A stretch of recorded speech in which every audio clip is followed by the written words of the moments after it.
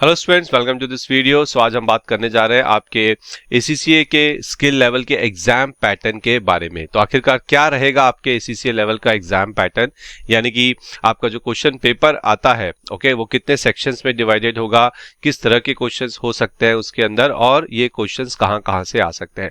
तो डिटेल में डिस्कस करेंगे, अच्छे से समझेंगे, ध्यान से सुनिएगा। Okay, so ACCA skill level exam pattern, ध्यान समझिए। सबसे पहले आपका जो स्किल लेवल की अगर मैं बात करूं, ठीक है, तो स्किल लेवल के अंदर जो टोटल नंबर ऑफ एग्जाम्स होते हैं, ठीक है, वो कितने होते हैं? 1 2 3 4 5 एंड 6। अब ये 6 कौन कौन से होते हैं, ध्यान से सुनिएगा।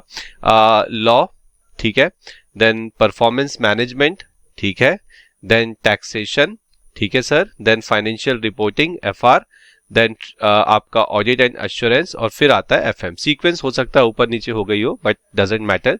अब इसमें से ध्यान रखना, जो आपका लॉ का पेपर है ये आता तो स्किल लेवल में है, लेकिन ये ऑन डिमांड होता है। जैसे कि नॉलेज लेवल के पेपर होते हैं वैसे ये भी ऑन डिमांड होता है। तो आज के इस वीडियो में हमारा जो डिस्कशन होगा, जो भी मैं आपको स्किल लेवल के लिए बताऊंगा, वो पेपर नंबर 2 से लेके पेपर नंबर 6 यानी कि PM से लेके FM के जो पेपर है वहां उसी के लिए बस एप्लीकेबल है। लॉ के लिए मैं बात नहीं कर रहा हूं। तो चलिए बात करते हैं स्किल लेवल की। ध्यान से देखना, वीडियो को लास्ट तक देना, क्योंकि जो पेपर पैटर्न रहेगा आपका बहुत इंपॉर्टेंट है, वो मैं आपको बताऊंगा लास्ट में। सो सबसे पहले जो आपके स्किल लेवल के एग्जाम्स होते हैं, ये कंप्यूटर बेस्ड एग्जामिनेशन होता है, जिसको हम CBE के नाम से जानते हैं। आपको कंप्यूटर के सामने बैठ के एग्जाम देना होता है। अच्छा, अब ये जो एग्जाम्स होते हैं ये 3 घंटे के होते हैं। 3 आवर्स ऑफ एग्जाम होता है, 15 मिनट का आपको रीडिंग टाइम भी मिलता है, वो 3 घंटे के अलावा है, ठीक है। और ये एग्जाम आप सेंटर में जाके भी देख सकते हो। अगर आपकी सिटी के अंदर सेंटर है तो जाइए सेंटर बेस्ड एग्जाम दीजिए, ओके। या फिर अगर आपके यहाँ सेंटर नहीं है और आप घर से एग्जाम देना चाहते हो तो रिमोट एग्जाम की भी फैसिलिटी अवेलेबल है। इसके अलावा ये जो एग्जाम है ये साल में 4 बार 4 टाइम्स होता है। कब कब? मार्च के मंथ में, ओके, देन आपका जून के मंथ में, देन सितंबर के मंथ में, एंड देन लास्ट दिसंबर के मंथ में। तो ये एक बेसिक इंट्रोडक्शन दिया मैंने आपको स्किल लेवल के एग्जाम्स के बारे में।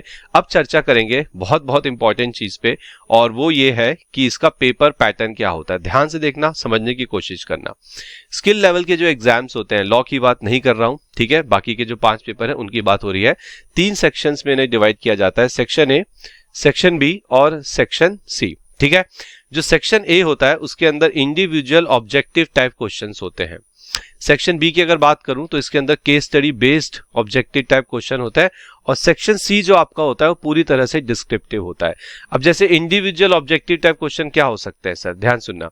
इसके अंदर सपोज करो आपको छोटा सा केस दिया होगा 4 से 5 लाइन का, और फिर उसके ऊपर 4 क्वेश्चंस पूछे होंगे, जिसको हम क्या बोलते हैं? Multiple choice questions. तो जैसे कि मैंने यहाँ नीचे लिखा भी, आप देख सकते हैं कि ऑब्जेक्टिव टाइप क्वेश्चन से मतलब OTQs, ऑब्जेक्टिव टाइप क्वेश्चन से मतलब है MCQs, fill in the blanks, drop down वाले क्वेश्चन, मैच द फॉलोइंग। तो इस तरह के क्वेश्चंस आपको सेक्शन A में देखने को मिलेंगे, ठीक है। सेक्शन B की बात करूं तो यहां भी आप देख सकते हो case study based objective type question है, मतलब आपको एक केस स्टडी दी होगी, ध्यान से देखना, ठीक है, और फिर इस केस स्टडी पे आपसे 1 2 3 4 5 सवाल किए जाएंगे। ये जो 5 सवाल हैं ये MCQs भी हो सकते हैं, इनमें से कोई एक फिल इन द ब्लैंक्स भी हो सकता है, कोई मैच द फॉलोइंग भी हो सकता है, ट्रू फॉल्स भी यहाँ पे हो सकते हैं। और हर एक क्वेश्चन ये आपका कितने मार्क्स का रहने वाला है? 2 मार्क्स का। तो आप देख सकते हैं एक case study, 5 MCQs, 5 objective type question, 2 marks का एक, तो कितने मार्क्स हो गए? 10 मार्क्स। इस तरह से टोटल यहाँ पे 3 केस स्टडी आपको मिलेगी, और सेक्शन C तो आपका पूरा का पूरा डिस्क्रिप्टिव होता है। अब ध्यान से देखिएगा, सेक्शन A में जैसा मैंने आपको बताया इंडिविजुअल ऑब्जेक्टिव टाइप क्वेश्चन होंगे, टोटल 15 क्वेश्चंस होते हैं, और 2 मार्क्स 2 मार्क्स का हर एक क्वेश्चन होगा, तो ये हो गया कुल मिला के 30 मार्क्स। सेक्शन B में मैंने आपको जैसे बताया था कि 3 केस स्टडी होगी, और हर एक केस स्टडी के अंदर आपको 5 क्वेश्चंस दिए गए होंगे, ठीक है, और हर एक क्वेश्चन 2 मार्क्स का हो गया, तो आप देख सकते हैं ये भी हो गया 30 मार्क्स का। तो सेक्शन A और B मिलाकर कुल मिलाकर आपके 60 मार्क्स तो MCQs के हो जाते हैं, MCQs या OTQs के हो जाते हैं। सेक्शन C के अंदर आपको 2 क्वेश्चन मिलेंगे, और हर एक क्वेश्चन यहाँ पे रहने वाला है कितना? 20 मार्क्स का। तो ये हो गए आपके 40 मार्क्स। तो इस तरह से आपके पूरे 100 मार्क्स का पेपर 3 पार्ट्स में डिवाइड किया जाता है, ठीक है। चलिए इसके बाद ध्यान सुनना, बहुत इंपॉर्टेंट चीज है, जो सेक्शन A के क्वेश्चन होते हैं और जो सेक्शन B के क्वेश्चन होंगे, that can be asked anywhere from the syllabus. तो जैसे फॉर एग्जांपल एफआर की बात करते हैं, तो फाइनेंशियल रिपोर्टिंग के अंदर जितने भी जो भी आपका सिलेबस है, जितने भी चैप्टर है, जितने भी स्टैंडर्ड्स हैं, उसमें से कहीं से भी आपसे सेक्शन ए और बी से सवाल पूछा जा सकता है। ठीक है, चाहे कंसोलिडेशन की बात कर लो, चाहे सिंगल एंटिटी के फाइनेंशियल स्टेटमेंट्स की बात कर लो, वो कहीं से भी आपसे सेक्शन ए और बी में एमसीक्यूज, ओटीक्यूज, फिलिंग द ब्लैंक जो बोलना है बोल लो, वो पूछ सकते हैं। लेकिन जब बात सेक्शन सी की आती है, तो ये इसके अंदर जो डिस्क्रिप्टिव क्वेश्चंस होते हैं, जिसके लिए हम वर्ड और एक्सेल का इस्तेमाल करते हैं सिस्टम के अंदर, उसके जो क्वेश्चंस होते हैं कुछ स्पेसिफिक चैप्टर से किए जाते हैं। जैसे अगर एफआर की बात में कंटिन्यू रखूं, तो कंसोलिडेशन एक चैप्टर है जिससे इसका क्वेश्चन पूछा जाता है।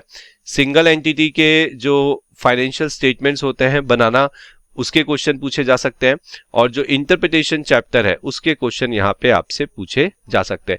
तो ये 3 चैप्टर्स है, टॉपिक बोल लीजिए, इनके क्वेश्चंस 40 मार्क्स के पूछे जाते हैं। तो स्पेसिफिक चैप्टर्स होते हैं, लेकिन ए और बी में कहीं से भी आपसे पूछा जा सकता है। ठीक है, तो आई होप आपको एक बढ़िया आइडिया लग चुका है कि पेपर पैटर्न क्या रहता है आपके स्किल लेवल एग्जाम का। ये जो स्पेसिफिक चैप्टर मैंने आपको बताए, ये एफआर के पर्सपेक्टिव से है, बाकी सब्जेक्ट्स में ये कुछ और चैप्टर हो सकते हैं, बट हाँ जनरली 3 से 4 मैक्सिमम इतने ही चैप्टर होते हैं जो स्पेसिफिक यहाँ पे पूछे जाते हैं सेक्शन सी में। आई होप वीडियो समझ में आई होगी, इंटरेस्टिंग भी लगी होगी। अगर आप ऐसी वीडियो चाहते हैं बार बार देखना, बहुत सारी वीडियोस हैं ऑलरेडी जो मैं बना चुका हूं और आगे भी बनाते रहेंगे, तो चैनल को जरूर सब्सक्राइब कीजिए और इस वीडियो को डेफिनेटली आप लाइक कीजिए, ताकि आपके लिए भी अच्छा रहे और हमारे लिए भी एक मोटिवेटिंग फैक्टर रहेगा यहाँ पे। चलिए, तो इसी के साथ हम मिलते हैं अपनी नेक्स्ट वीडियो में। Okay, thank you very much.